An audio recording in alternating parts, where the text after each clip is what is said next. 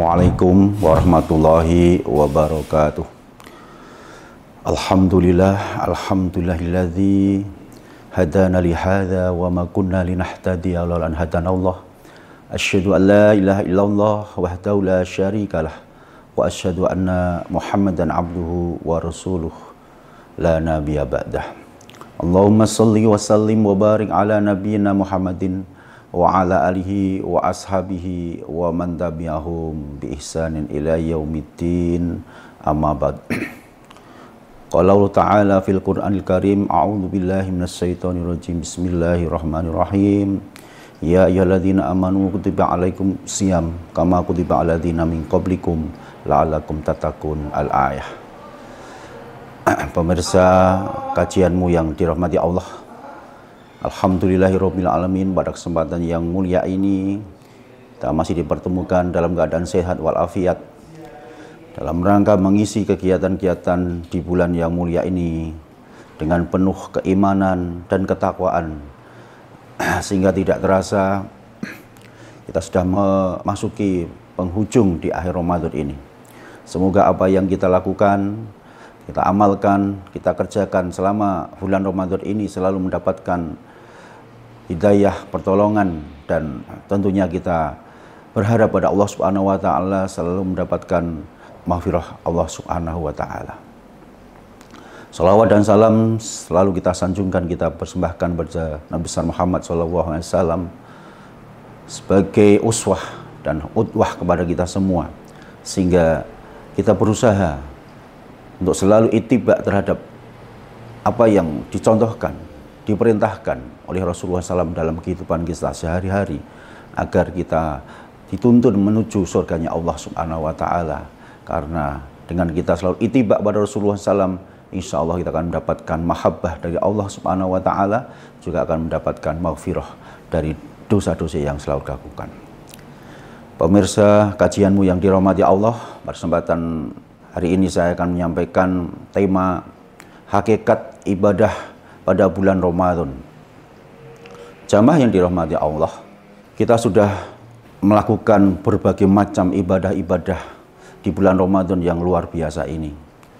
Sejak tanggal 1 sampai hari ini kita masih istiqomah menjalankan amaliyah-amaliyah yang diperintahkan oleh Allah dan dituntunkan oleh Rasulullah SAW. Dan tentunya semua punya tujuan yang luar biasa. Karena semua syariat yang diperintahkan oleh Allah di muka bumi ini tentunya ada maqasidus syar'iyah, ada tujuan yang luar biasa yang seharusnya kita fahami, kita yakini, sehingga kita dalam menjalankan tuntunan agama menjadikan kita menjadi seorang yang ikhlas karena Allah Subhanahu wa taala, atas bimbingan dan rahmat dari Allah Subhanahu wa taala. Pemirsa kajianmu yang dirahmati Allah, hari ini saya ingin mencoba menguraikan, menjelaskan apa hakikat dari ibadah-ibadah yang sudah selalu kita lakukan tiap hari, sehingga jangan sampai ibadah yang kita lakukan sebatas ritual tahunan, amaliyah tahunan yang tiada makna. Kita tahu bahwa Ramadan adalah bulan di mana Allah memilih sebagai sayyidus suhur, sebagai tuannya bulan di antara 12 bulan yang dipilih oleh Allah Subhanahu wa taala. Tentunya itu ada sebab dan ada tujuan yang mulia di balik amaliyah-amaliyah di bulan Ramadan ini. Kita jangan terkungkung hanya syariat saja yang difahami, tapi harus meningkat menuju kepada hakikat ataupun nanti menuju kepada makrifat. Itu suatu tingkatan yang luar biasa. Adapun di antara hakikat ibadah-ibadah di bulan Ramadan yang kita lakukan, yang pertama, kita sebagai manusia harus sadar akan visi dan misi hidup kita sebagai manusia. Bahwa manusia diciptakan di muka bumi ini punya visi yang mulia, yaitu untuk selalu beribadah kepada Allah Subhanahu wa taala. Wa ma khalaqtul jinna wal insa illa liya'budun. Tidaklah aku ciptakan manusia dan jin di muka bumi supaya beribadah kepada Allah Subhanahu wa taala. Ibadah konteksnya sangat luas sekali, ada ibadah mahdoh, ada ibadah ghairah mahdoh. Tapi yang terpenting bagi pemirsa sekalian adalah apa tujuan kita beribadah kepada Allah Subhanahu wa taala. Ada dua hal yang perlu Bapak cuma bisa difahami. Yang pertama, ibadah itu bertujuan agar manusia sadar bahwa diri manusia itu ada dua unsur, jasmani dan rohani. Selagi jasmani dan rohani masih bersatu dalam diri kita, tentunya kita harus gunakan kesempatan dengan sebaik-baiknya. Jasmani sebagai bentuk nyata dalam kehidupan kita. Rohani adalah bentuk keyakinan kita bahwa diri kita ada ruh yang selalu kita bimbing untuk selalu dekat pada Allah Subhanahu wa taala, sebagaimana janji dulu ketika kita di alam ruh. Alastu birabbikum qalu bala sahidna. Ruh kita mengatakan bahwa kita selalu mengakui Tuhan kita adalah Allah. Kita selalu berusaha untuk beribadah pada Allah Subhanahu wa taala.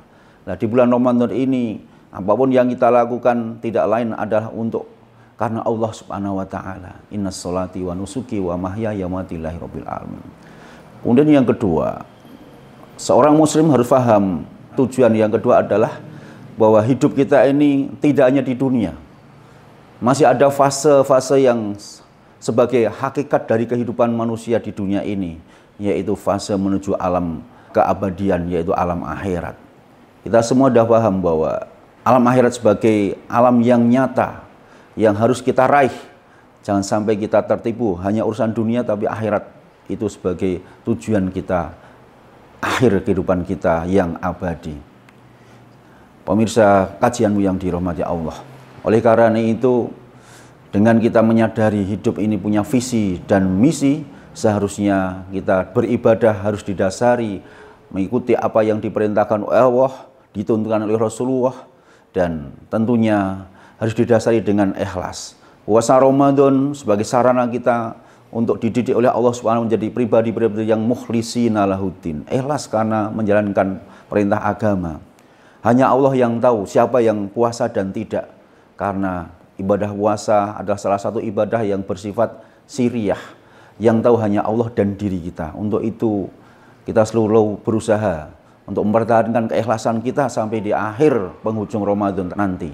Sebab bagaimanapun ibadah tanpa didasari keikhlasan ibarat ketika mau minum pakai gelas, tapi di tengah jalan gelas itu kita tumpahkan, kita jatuhkan, sehingga tidak disia-sialah amal kita.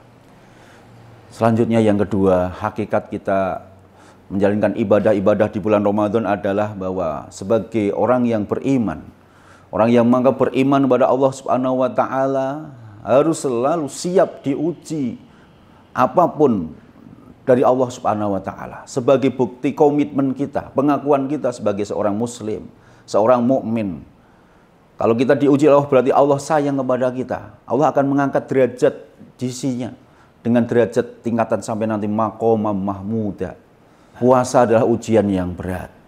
Kita diwajibkan berpuasa dengan tidak makan dan minum sejak tadi subuh sampai nanti sore. Itu butuh perjuangan. Siapapun secara manusiawi mesti merasakan lapar, dahaga di saat cuaca panas terik semacam ini. Ini butuh perjuangan yang luar biasa. Tapi karena kita sadar ini perintah Allah, Allah sayang kepada kita, sehingga Allah menguji dalam 1 tahun dengan menjalankan ibadah Ramadan salah satunya. Puasa Ramadan satunya itu membukti bahwa Allah masih sayang kepada kita. Dengan ujian itulah nanti akan diangkat derajatnya. Sehingga kita harus paham apa yang disampaikan oleh Rasulullah SAW, bahwa setiap orang pasti ada ujian dan setiap orang siap dengan ujian. Ataupun berdasarkan firman Allah surat Al-Ankabut ayat 2, Allah sudah memberikan pedoman kepada kita bahwa apa yang jika kita mengakui sebagai orang beriman, ahasiban nasu ayatragu ayyaqulu amanna fahum la yuftanun. Apa semua orang mengira kalau mengaku orang beriman itu tidak akan diuji? Ini sebagai pertanyaan yang luar biasa dari Allah Subhanahu wa taala. Berarti kalau kita sebagai orang beriman dengan ujian puasa ini adalah karena Allah sudah mengukur seberapa jauh kemampuan kita, kekuatan kita. Tapi insya Allah puasa adalah ibadah yang bisa dilakukan dengan luar biasa. Sehingga Rasulullah mengatakan bahwa puasa adalah as-saumuli wa ana azibihi. Puasa adalah milik saya. Manusia harus sadar bahwa ibadah puasa adalah ibadah yang tiada tandingannya di hadapan Allah Subhanahu wa taala. Jadi ujian-ujian itu sebelum seberapa dibandingkan ujian-ujian para sahabat, para nabi yang dengan berbagai macam tantangan yang dia dalam berdakwah. Suatu saat Rasulullah SAW dan keluarganya Bani Hashim dan Bani Abdul Muthalib mengalami ujian yang sangat berat di masa tahun ke-7 kenabian Rasulullah sampai ke-10 kenabian Rasulullah. Keluarga dan sahabat-sahabat harus meninggalkan kota Mekah untuk dibaikot di sebuah lembah Syi'ib, di mana selama kurang lebih 3 tahun Rasulullah dan sahabat dan keluarganya harus susah payah hidup di padang yang luas, kemudian jauh dari perkampungan, hidup apa adanya di tenda-tenda yang luar biasa susahnya.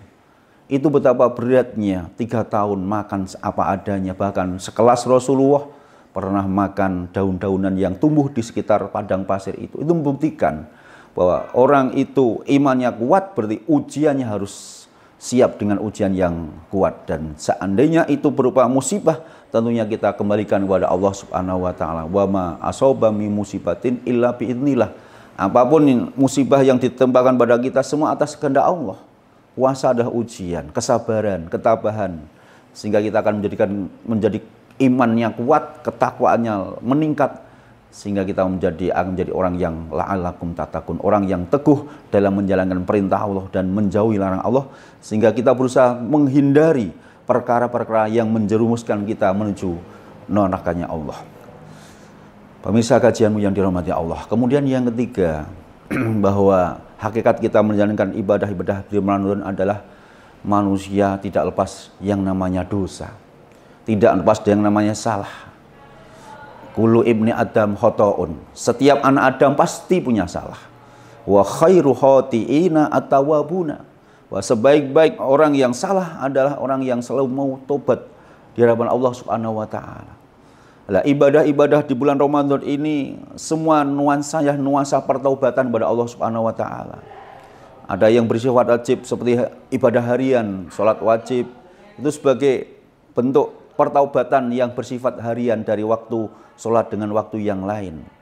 Suatu saat Rasulullah memberikan gambaran orang sholat itu ibarat kamu mandi di sungai. Seandainya kamu mandi di sungai itu 5 kali, pasti kamu akan bersih. Itulah sholat. Artinya apa? Dengan sholat 5 waktu kita akan selalu diampuni dosa-dosanya. Kemudian mingguan kita melakukan sholat Jumat atau beribadah Jumat, itu juga bentuk cara Allah untuk mengampuni dosa-dosa. Puncaknya adalah di Ramadan ini. Man shauma ramadhana imanan wahtisaban ghufira lahu ma taqaddama min dhanbi.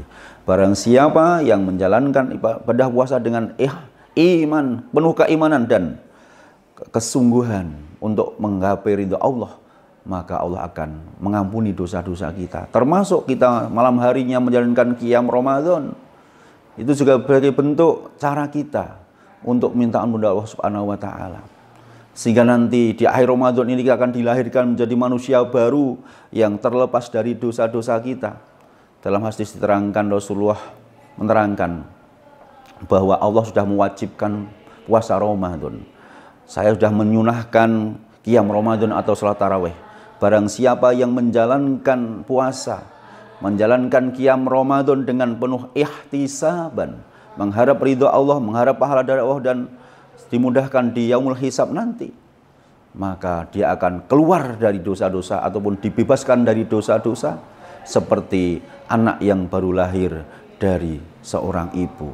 Itulah sehingga nanti di akhir Ramadan kita akan menuju kepada puncak kita, menjadi orang yang selalu taat kepada Allah, sehingga tujuan kita harus jelas. Selain kita mendapatkan ampunan dari Allah, itu sebagai kunci dengan kita ibadah dengan penuh keimanan dan keislaman di depan Allah Subhanahu wa taala.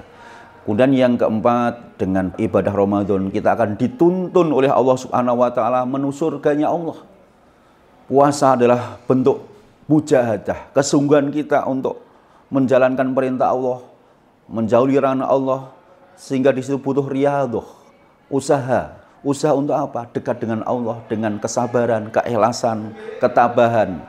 Ibarat kita mau bertanding, mau juara, latihan, berlatih. Dalam bahasa agamanya riyadhah. Sejak tidur kita sampai bangun lagi, semua nuansanya ibadah dalam rangka mujahadah di hadapan Allah Subhanahu wa taala. Sehingga nanti kita akan dijanjikan oleh Allah. Suatu saat Rasulullah ditanya, "Ya Rasulullah, perintahkan saya amal yang menyebabkan saya masuk surga, muri bi amalin yadkhulul jannah." Kemudian Rasulullah menjawab, "Alaika bisyam." Kamu adalah berpuasa. Innahu la'adlalah. Sungguhnya puasa adalah ibadah yang tiada tandingannya. Artinya puasa adalah jaminan surga. Dan nanti orang-orang yang puasa karena dosa diampuni oleh Allah Subhanahu wa taala, mendapatkan maghfirah dari Allah Subhanahu wa taala, insya Allah kita akan diajak, diseru oleh baburoyan, ainaso imuna, mana orang yang berpuasa, kita berbondong-bondong masuk surga. Kemudian orang yang berpuasa habis baru ditutup oleh Allah Subhanahu wa taala pintu surga itu, alias kita insya Allah termasuk ahli jannah. Yang terakhir, dengan menjalankan ibadah-ibadah di bulan Ramadan ini, puncaknya adalah walitukmilul iddata walitukabbirullaha ala ma hadakum la'alakum tashkurun, yaitu kita dididik oleh Allah Subhanahu wa taala menjadi pribadi-pribadi yang syukur, bisa menjalankan perintah Allah, bisa menggunakan nikmat hidup ini untuk selalu dekat dengan Allah. Selama 1 bulan penuh kita berusaha untuk menjalankan perintah-perintah Allah itu karena merasa syukur atas nikmat ilmu Allah pada kita. Sehingga puncaknya adalah kita menyempurnakan ibadah puasa kita 30 hari dengan sempurna sejak awal sampai akhir. Kemudian walitukabbirullaha ala ma hadakum. Kita berusaha untuk selalu mengagungkan asma Allah. Betapa terenyuhnya hati kita ketika malam sama-sama mengumandangkan takbir, tahlil dan tahmid sebagai bentuk rasa syukur pada Allah Subhanahu wa taala. Sudah terbebas dari dosa-dosa, mendapatkan maghfirah dari Allah Subhanahu wa taala. Kemudian kita menjadi pribadi-pribadi yang mulia di hadapan Allah Subhanahu wa taala. Sehingga pada 1 Syawal kita berusaha berbondong-bondong menuju tanah lapang atau masjid untuk sama-sama menjalankan ibadah sunnah, yaitu salat Idul Fitri, saling memaafkan satu dan yang lain, saling mengucapkan taqabbalallahu minna wa minkum. Semoga kita selalu mendapatkan orang yang selalu dikabulkan amal-amal kita, dan ibadah yang kita lakukan tentunya hanya satu, untuk mendapatkan ridho dari Allah dan mendapatkan maghfirah dari Allah Subhanahu wa taala, sehingga derajat ketakwaan kita akan meningkat sampai nanti akhir hayat kita. Itu saja jamaah kajianmu yang dirahmati Allah. Semoga waktu yang sedikit ini menjadikan motivasi buat diri saya dan jamaah sekalian untuk selalu muhasabah dan memahami apa yang diperintahkan, terutama untuk memahami tujuan dan hakikat dari apa yang kita lakukan selama 1 bulan. Terima kasih atas perhatiannya. Nasrul minallah wa fadlul karim. Kurang lebihnya minta maaf. Assalamualaikum warahmatullahi wabarakatuh. Mudah-mudahan dirahmati Allah.